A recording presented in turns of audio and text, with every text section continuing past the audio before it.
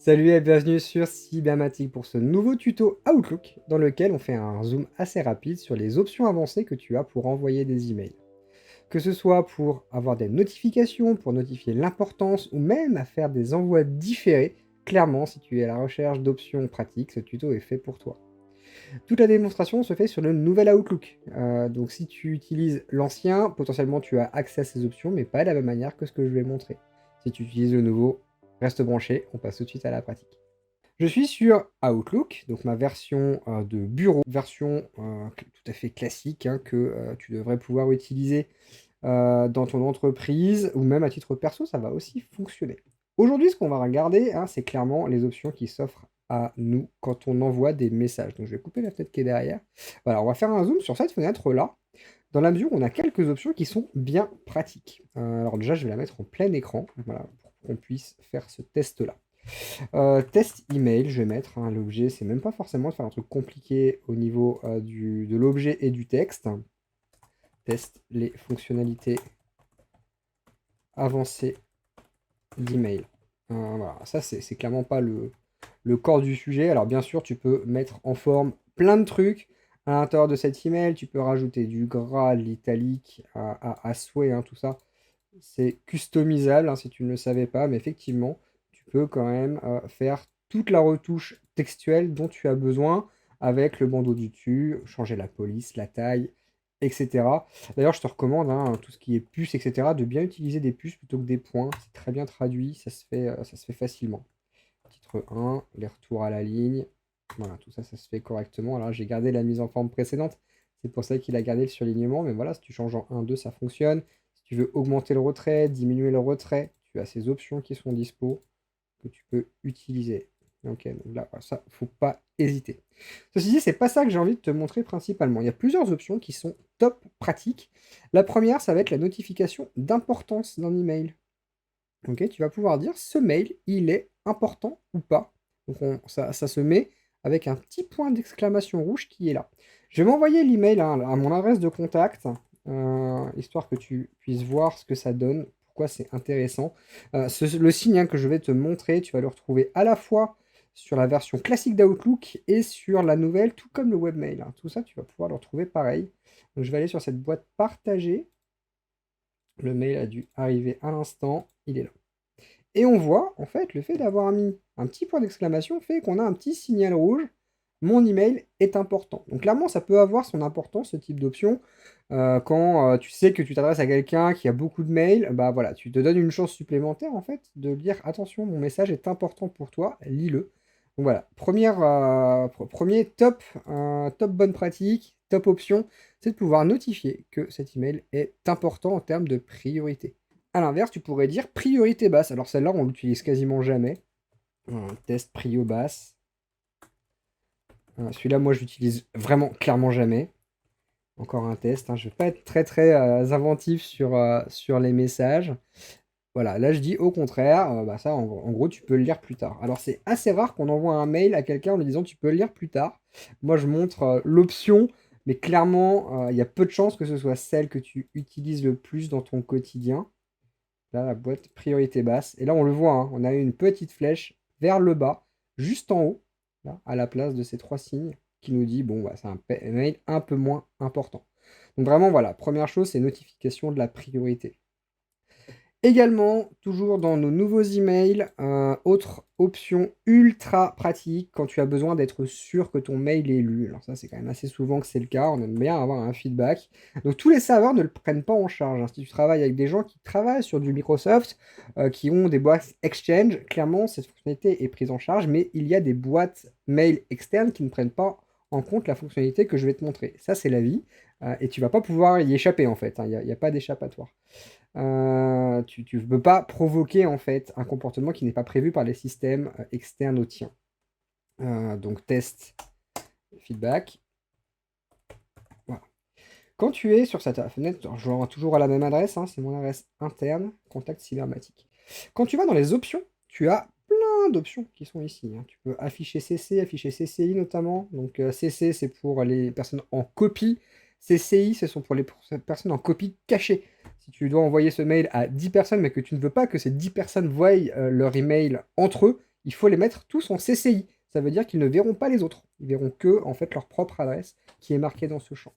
Toujours dans le même ordre d'idée, ce qui nous intéresse là le plus, on va pouvoir confirmer la réception de l'email. Ok, donc ça c'est un accusé réception de l'email que tu vas demander à ton destinataire. Ok, donc là je l'envoie à mon contact cybermatique et on va voir la réaction que ça a. On voit que le message a été remis au destinataire suivant contact cybermatique. Ça veut dire que le serveur, le serveur de l'enclave cybermatique, hein, sur mon Azure AD, renvoie une réponse. Ok, donc tu as demandé un accusé réception, Dimitri, à service de contact. Oui, au niveau serveur, je te confirme que le contact a bien reçu ton email. Si je vais sur la boîte des contacts, effectivement, ce mail est bien arrivé. Ok. Donc voilà, ça permet de boucler en fait. Juste avoir l'information, le mail a bien été reçu. Je ne me suis pas trompé d'adresse email quand j'ai fait mon envoi. Ça permet effectivement de se rassurer, notamment sur ce point-là. Autre option également que j'adore en termes d'envoi d'email, alors toujours ça reste de contact, il va y avoir beaucoup de mails à supprimer dessus après ce tuto, mais c'est pas grave.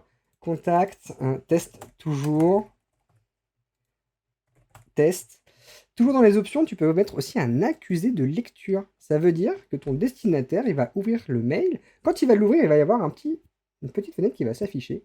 Comme quoi, on lui demande, est-ce que vous avez bien lu l'email? Et ça va envoyer une réponse. Je vais montrer exactement comment ça se matérialise. Donc là, je vais cliquer dessus, hein. Confirmer la lecture de la demande de réunion. Envoyer. Donc voilà, sur mon accusé réception, alors j'ai refait une manip après coup, je pensais sympa de le montrer. En fait, j'ai supprimé les emails qui étaient censés être lus. Alors, j'ai pas eu l'accusé de lecture au moment où je l'ai fait. Par contre, le fait que dans le compte cybermatique, je supprime l'email m'a fait recevoir la notification comme quoi mon mail a été supprimé sans être lu.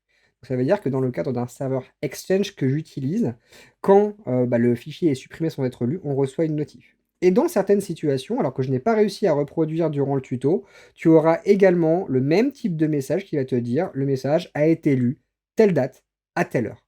Dans les nouveaux emails, dernière chose qui est tip top, on va pouvoir mettre des paramètres de confidentialité aux emails qu'on envoie. Donc ça se règle au niveau de l'entreprise.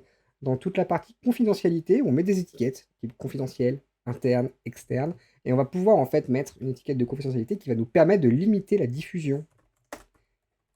Alors ça, tu vas peut-être avoir accès aux étiquettes, mais pas à leur configuration. Alors, si tu as besoin de les configurer, il faut des droits administrateurs sur la partie sécuritaire.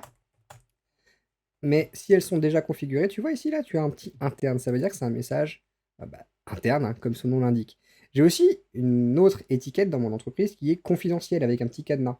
Ça veut dire que là, on est sur des accès limités.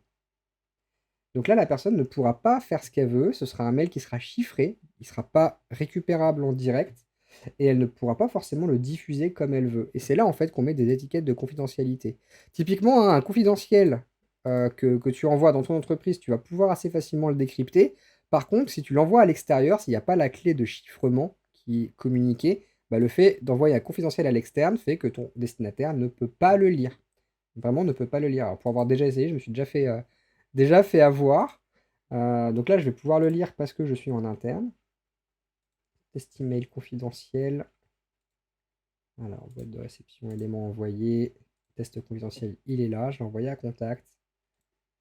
Il n'est pas encore voilà. Et là, on voit en fait dans les paramètres qu'il est bloqué. Ok, il y a un petit cadenas dessus, un petit icône de cadenas. Et là, il est confidentiel. Et ici, ça a pour effet, parce que c'est comme ça que je l'ai configuré, que je ne peux pas transférer l'email. Ok. Alors, je peux faire un répondre à la limite et je peux mettre une adresse externe. Vous pouvez uniquement répondre au destinataire qui était déjà inclus dans l'email. Donc, si je l'envoie à une autre adresse, je ne peux pas. Je ne peux que répondre directement. Donc ça, c'est vraiment la partie étiquette de confidentialité qui nous permet d'atteindre ce niveau de protection. Et c'est vraiment diablement pratique quand on ne veut pas que des mails sortent de l'entreprise.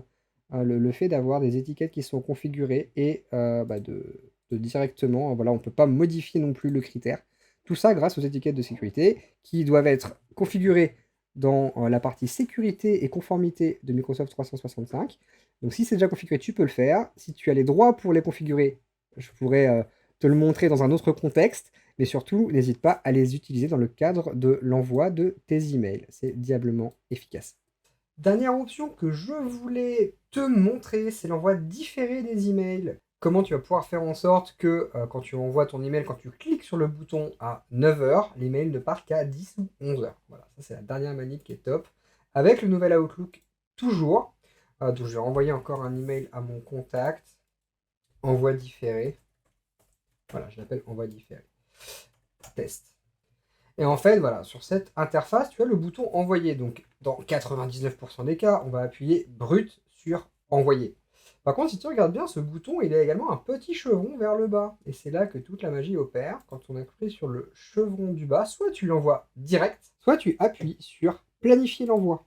Et si tu fais planifier l'envoi, tu vois directement des options qui s'offrent à toi demain matin ou dimanche matin. Donc là, tu peux directement les sélectionner si tu le souhaites, ou le faire à un moment personnalisé. Si tu fais personnalisé, tu peux sélectionner le jour auquel tu veux envoyer ton email et l'heure précise à laquelle ça va devoir se passer.